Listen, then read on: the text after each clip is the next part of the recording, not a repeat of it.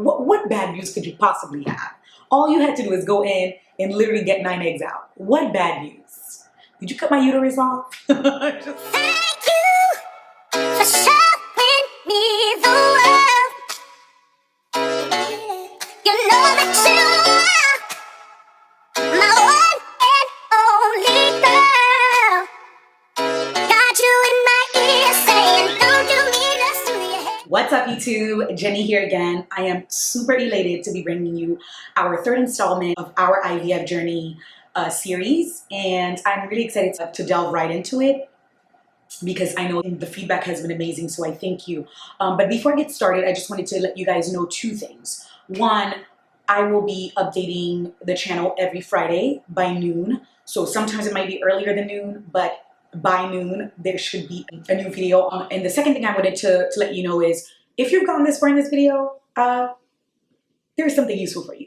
So you might as well go on ahead and subscribe and just, become a part of this family, become a part of this journey. So with that in mind, let's delve right into it. Our IVF decision, as I said, was made very swiftly after the 2 IUIs. We decided that Saturday that we wanted to jump into IVF. We had a conversation with her on Monday. And of course, the first thing she brings up is, you guys look young. The cost of this is a lot. And she started going over the different options that we had. So just so you know, I am based out of DC, and the #1 clinic there is Shady Grove Fertility. And our doctor was just phenomenal, just amazing. So with that in mind, she started going over the different options that Shady Grove had offered in terms of financials, and I just stopped her and I was like, hey, I've already done my research. I was just told by my job earlier today that our insurance puts aside $25K for the process and $10K and an additional $10K for medication. And she was just flabbergasted, because again, with a lot of insurances, you don't hear of that. You don't hear of insurances willingly saying, yeah, charge us. We are willing to go through IVF with you, because again, it's a costly process. So anyway, with that in mind, she was like, say no more. Let's get started immediately. So she went ahead and connected us with her nurse, who basically took the process from there. And with that, because I had done a lot of the preliminary test, we didn't really need to go through all of that again. And so we literally delved right in. I think by this time we were already in early November timeframe when we had decided, and she was just like, next thing to do right now is to basically get you on to birth control for the next 2 weeks, and start regulating you and see how it goes, and then we can start the protocol. For those of you who don't know, IVF, they give you what's called a protocol. It's what your life is going to look like for the next month or so. And this includes, again, this is the amount of time you will take to take the birth control. And this is when you move on to the medication aspect of it, like the stimulants. So what you're looking at right now is what our protocol looks like. With that, our protocol basically entailed all of the medications that I would be taking, all of the pills that I would be on, my birth control time frame, when I would stop the birth control, when I would start the process, because again, with IVF, every minute counts. So we went ahead and started the process. They sent over a huge box of medication. And this huge box, this video that you're watching actually is all of the medications that they sent over that needed to be refrigerated. You work with a specific pharmacy. It's a fertility pharmacy that basically, sends over all of the medication you'll need in a very short order. So they had sent this approximately a week before I needed to start taking it. And all I had to do was, preserve it in the refrigerator, or some of it in the refrigerator. A lot of the other items inside the box are basically items that are syringes, gauze, alcohol swabs, all of these things that, again, is going to help you. Every single piece of item that they put in that box is useful to you, or you will need it in the long run. So anyway, I was put on birth control for about 2 weeks. And then I was told that I needed to stop taking the birth control on a certain day. certain day I stopped the birth control. That's when I needed to start stimulating my eggs, or in other words, start poking myself, or start giving myself shots. So with that, again, I don't really recall the order of shots that I need to give myself, but I remember specifically the very first day that I was giving myself a shot in the stomach. I was as scared as can be. Anyway, I gave myself a shot, and we get to, day 2 where my husband came in this time, and, early morning, I had a couple of shots. At night, I had another couple of shots. So every morning after you start taking the first shot, you have to go so they can measure the growth of your eggs, of the eggs in the ovaries. And not only that, but they also measure how many eggs are responding to the medication that it's being given. So again, based on that, they tell you to up it a little bit or decrease it a little bit, up it. So literally for the next 2 weeks, you dedicate your life to going to the doctors every single morning. And usually this is like 7 a.m. appointments, 8 a.m. appointments, just like stupid early. Anyway, so day 4 rolls around, day 5 rolls around, and my stomach, guys, starts getting so big. And I'm talking about like massive big. To the point where like my skirts couldn't fit anymore. I looked like I was pregnant, except I wasn't. So it's just like, it's a really confusing process. I believe it was around day 7 where Thanksgiving week was approaching. And I went to the doctor on a Friday. I had been on the medication for a while now. And my stomach was just getting big.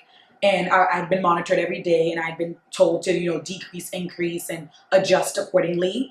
So we get to the doctor's on a Friday, and the doctor's like, oh, I think your eggs have been consistent for the last 3 days now. I think only 9 of them are responding to the medication. And I'm like, okay, again, 9 is not a great number. I know people that have had 20 eggs that respond to the medication and only 1 survives. So when they tell you already have 9, that's already a low number. So you're expecting even lower turnout. And I'm just like, are you kidding? My stomach is like this. And you're telling me only 9 eggs are responding?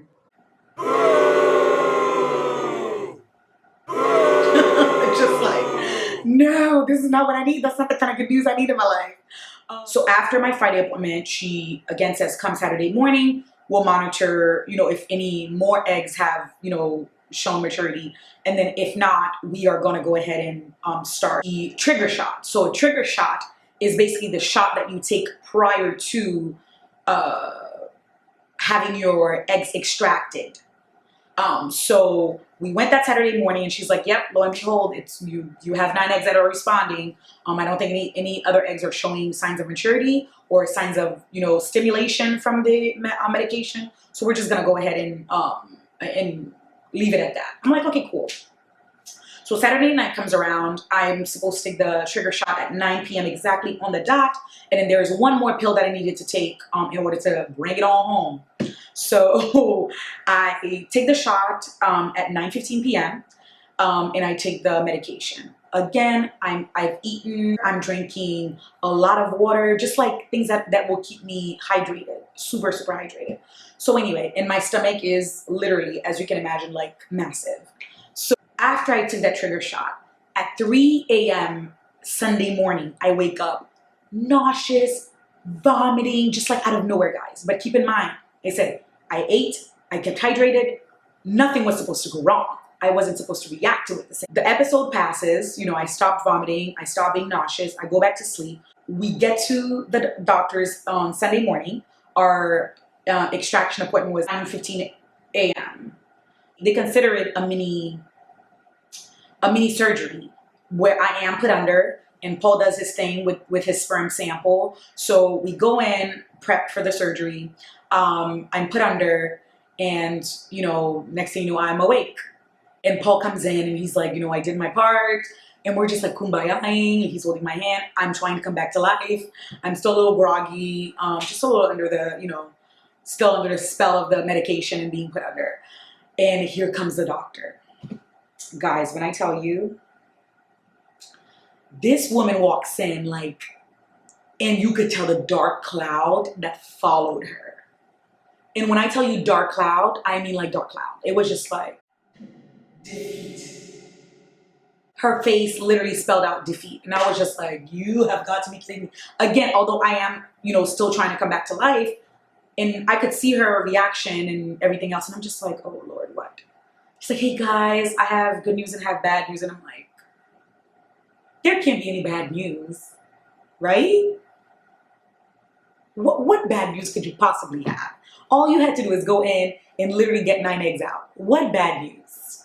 Did you cut my uterus off? Just like, did you cut my ovaries off, ma'am? But anyway, she comes back and says, as you guys know,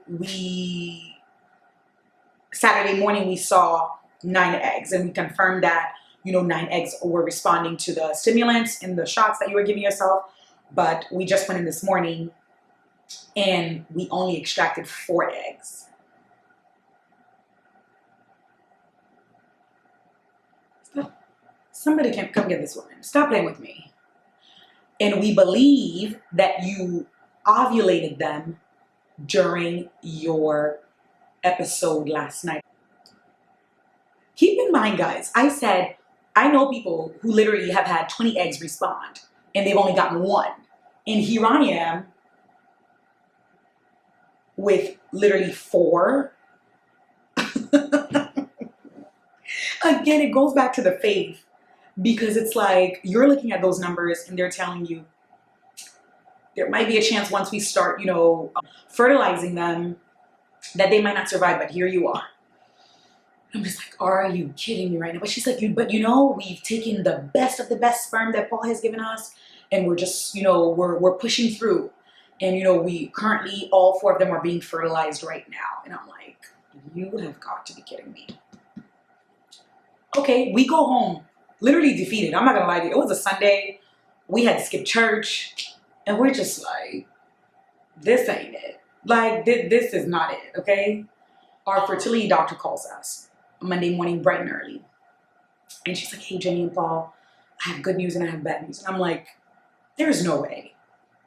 Throw this phone call away, please. I'm hanging up. I am done. I am through. I don't want to part of this. And she's like, actually, as you guys know, we did get 4 eggs out, and we fertilized all 4 of them. However, there is 1 that died immediately during the first fertilization process. Mind you, we did IVF with ICSI. IVF with ICSI is basically like taking 1 sperm, literally inserting it into the egg. So there's no way, it's not like you're waiting for the eggs and the whatever to meet and then do their thing. Our doctor's like, okay, the other 3 that you guys have are, progressing very nicely. We like what we're seeing. And so we wait and see till they mature for the 5 days. So again, another little quick lesson. When you do IVF, when you start the fertilization process for the eggs, so when the eggs literally meets the sperm, what happens is that the fertility clinic gives it 5 days to become a full mature embryo. That's when all of the DNAs and all of the chromosomes are, separated the way they're supposed to be, and you have a fully formed human at 5 days.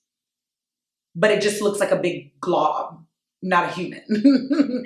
This picture will show you what I'm talking about. She was also a woman of faith, our doctor, and she said, listen, these are your babies. I don't want you to think defeat at this point. I need you to pray these babies to life for the next 5 days. And, and that's all you need to do at this point. Like, nothing is your responsibility, just prayer. And I'm just like, oh my God. Y'all, when I tell you I prayed like I have never prayed before, because again, numbers are everything in IVF. Numbers are everything. Literally. Number of eggs, number of sperm, number of days. Just numbers everywhere. So I tell her, I'm like, okay, it's not the worst news, but it's not the best news either. So she's like, I'll be calling you on Tuesday and Wednesday just to keep you updated. And then we can go from there. Just so you know, we had decided that we were gonna go with a fresh transfer. She calls me on Tuesday, gives me a great report. We're excited. We're praying. She calls me on Wednesday, great report. The babies are growing, the cells are separating, things are looking good. Thursday, I hear nothing. Crickets. I'm like, wait, it's 4 p.m. and I have not heard from her. I am worried, okay? And so I called the nurse. I'm like, hey, it's about to be 4 and I know you guys close around 5. I have not received a call from my doctor. And she's like, oh, I think she forgot to tell you, we don't call you guys on Thursdays. We call you Friday morning, the 5th day, because we don't want to bother the embryos. We don't want to disturb the process. So she will basically call you tomorrow morning to tell you whether or not anything have survived or if they've died. And then tell you if you should come in for this transfer. What in the name of torture? What in the name of torture? So I'm like, okay, I guess I feel good. And the nurse can't give you any updates. So I'm just like, okay, we really have to wait for the doctor. So Friday morning, we had an appointment at 10 a.m. by faith, mind you. But they will be calling you before that time to tell you whether or not you have any embryos and whether or not any of them are viable. So I'm just like, okay, cool. So Friday morning, we're showering, the phone rings. My heart drops. Paul picks up, and of course, I turn off faucets and everything, okay? And so the doctor, Paul, puts her on speaker. He's like, hey, Jenny and Paul, how are you guys? I'm like, okay, she sounds chipper. We like that. We like chipper. we like excitement, okay? She said, I have great news for you guys. All 3 embryos have made it, and all 3 of them are grade AA. I mean, these babies are as perfect as they come. Y'all, the emotion, okay? The emotion. I'm just like crying. Oh my God. She basically said, I know you guys are coming in this morning at 10 for the transfer. Let us know when you're here and we can get it started. And I'm just like, which one are you gonna pick out of all the perfect ones? Which one? Which one are you gonna pick? Just want you to pick one of these embryos and make it happen. And so we're driving, we're excited. Good morning. We are on our way to get pregnant. Baby, can you tell how you feel right now? I think about a deal that I have to work on at work. Seriously? You know? He's annoying. But seriously, how do you feel? This is a video that your baby can know. I will let you know after the transfer is done. Okay. And if Chloe, if you're watching this, just know I always wanted the Chloe name. Wait, that means her name wouldn't be Chloe or his, or whatever. And if you're a boy, Liam it is. I don't know about that. Whatever. If you're a boy, don't disappoint. Pressure for a baby. Okay? This is a face of a woman that is over the moon. And a man that is over the moon. So we get there. The process, literally just like the IUI process, takes like 10 minutes. 10 minutes because they want to make sure they're identifying you as the actual embryo owner, your husband, and if, like, they want to make sure like everything is correct. The same process as the IUI, you lay down, and it's the noodle-like object. They put the embryo on top of that noodle-like object, and then insert it with a camera, and it's like the tiniest of y'all. The tiniest of tinies, okay? And you're just like, what are you looking at? They're like, that's your baby right there. And I'm like, where? Because so small, so small. They do the transfer, and we are told to go home and just do the 2-week wait. Hello, it's us again. Post-embryo transfer, that was like so easy and it went very smoothly, and my doctor seemed to be very satisfied with the grading of, you know, the embryo. So I'd like to get some thoughts from Mr. Pierre. Mr. Pierre, how do you feel? Good. A week rolls around, and I'm starting to feel all sorts of symptoms. But then again, when you're going through this process, symptoms are just symptoms, okay? Because it's like you're basically like, am I thinking things or am I actually feeling this? You get to Monday, Tuesday, I'm like, I'm being a lot. I'm really tired. But I'm like, again, we transferred Friday. It is Monday. And I'm just like, Jenny, calm down. Like, it's sis at this point. You're just gonna have to do what you gotta do. Paul, on the other hand, the following Friday had an appointment with our physician. And we get to our physicians, and I'm like, you know what? Maybe I should have, a blood test. Because I'm like, there's no way I'm not pregnant because my lower back is hurting. I'm sleeping a lot. Again, y'all keep in mind, we did this stretch on Friday. It's only a week. And I'm just like, I'm so pregnant. Anyway. So my doctor's like, okay, sure, let's just do it. It's a blood test. A blood test is a blood test. So we do the blood test Friday afternoon.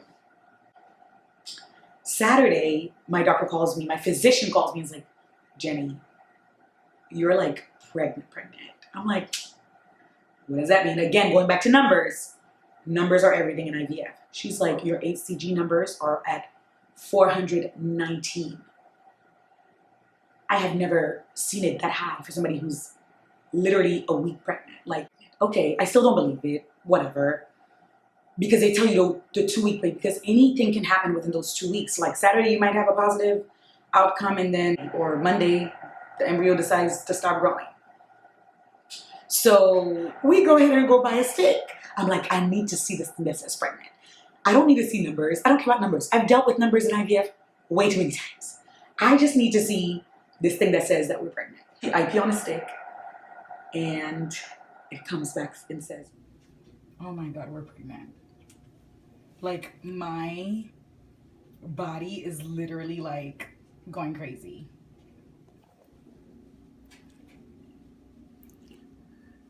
So weird. We're pregnant!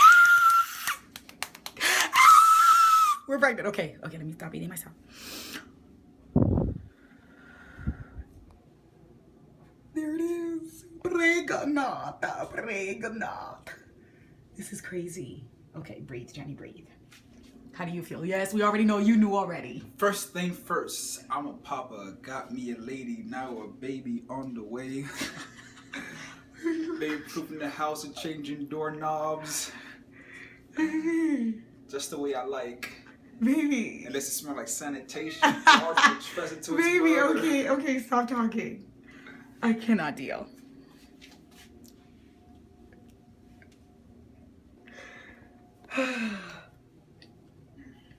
So the following Friday rolls around and we are at our 2-week wait. I go to my doctor, and with HCG numbers, they want to see the HCG number double over time, like double. If it's 400 today, it needs 2 days from now, it needs to be 800. 2 days from now, it needs to be 16, and so on and so forth. And so we get there, they take my blood, and they're just like, yeah, we'll call you this afternoon to, what the results are. Nurse calls me back and says, hi, Miss Pierre. Congratulations, you're pregnant. Listen, I don't believe it when my physician says it. I semi-believe it when the stick from CVS said it. I really believe it when the fertility clinic says, hey girl, you pregnant. Oh Lord. Y'all, it was, you cannot describe the feeling. All of the shots that you've been giving yourself, like, I'm really pregnant. We hear the heartbeat. It is life. Okay, like, that's all I can say. It's life, okay? And so we're just like calling family members, close friends, like, oh my God, guess what? We're pregnant. Going through the process, but they're like, listen, we can't promise you anything. You just really have to wait to the 12th week mark. I don't know about other women who've gotten pregnant naturally, but you've never gotten out of that paranoia stage. Like, everything makes you paranoid. So week 10 rolls around and we finally graduate from fertility clinic. And now we can be with the big boys at the regular OBGYN. So here I am like, hey, doctor, non-fertility doctor, how are you? And so it's a very emotional process when you're leaving these people that have been helping you for the last 4 months, you could say, that just really has been holding your hand from the onset till now. And so that is how our precious, rambunctious, strong-willed Levi came around or came about. He is literally everything that we have ever wanted. My pregnancy went smoothly, thankfully. I am here to say that it really, every single needle, every single appointment, every single process that we got through to get us to Levi was worth it. And lastly, I want to add that you're probably thinking, so what did you do with the other two? Just what did you do with it? So with the other 2 embryos, we decided to freeze them. And last December, we decided to put our second embryo. And I am currently pregnant with our second embryo. And that process, to be honest, was very, very different from Levi's process. So I'm really excited to get into that with you guys. But I am so grateful that you guys are still here giving me the great feedback that I need. And I am super excited to get into so much more with you guys. So with that in mind, I bid you adieu. I will see you in the next video. Au revoir.